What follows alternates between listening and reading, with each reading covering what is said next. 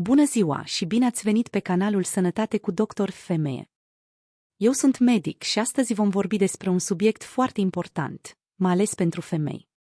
Ornament negru semn de întrebare, te simți obosită tot timpul? Ornament negru semn de întrebare, dormi, dar tot fără energie te trezești. Ornament negru semn de întrebare, spui des, nu mai am putere. Mâna arătând la dreapta dacă da, acest video este pentru tine.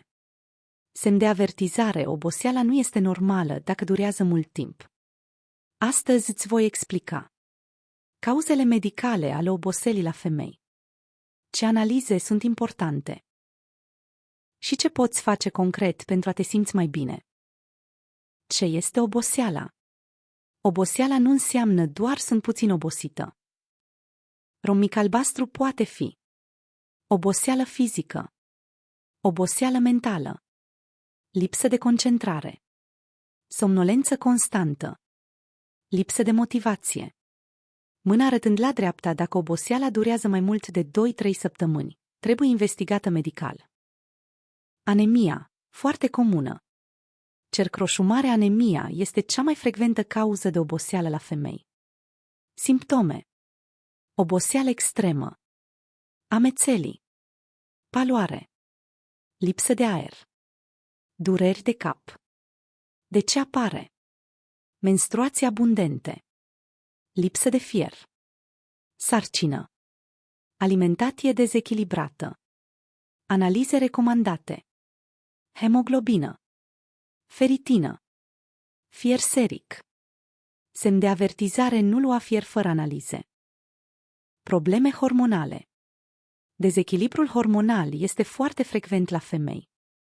Probleme comune: tiroidă, hipotiroidism, sindrom premenstrual sever, perimenopauză, menopauză.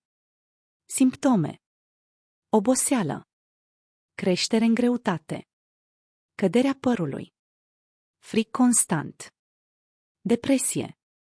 Analize utile: TSH, FT4, hormoni feminini, la recomandarea medicului.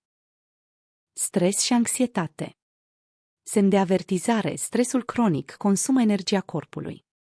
Semne: somn neodihnitor, tensiune musculară, iritabilitate, palpitații. Corpul obosește chiar dacă nu faci nimic fizic. Mâna arătând la dreapta, stresul emoțional este la fel de periculos ca lipsa somnului. Lipsa somnului de calitate.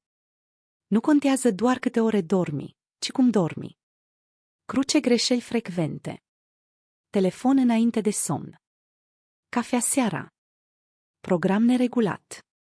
Marcaj de verificare gros, recomandări. Dormi 7-8 ore. Fără ecran cu 1 oră înainte.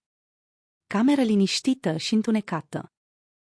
Ce poți face concret? Soluții: marcaj de verificare gros, alimentație, proteine, legume verzi, fructe, apă suficientă.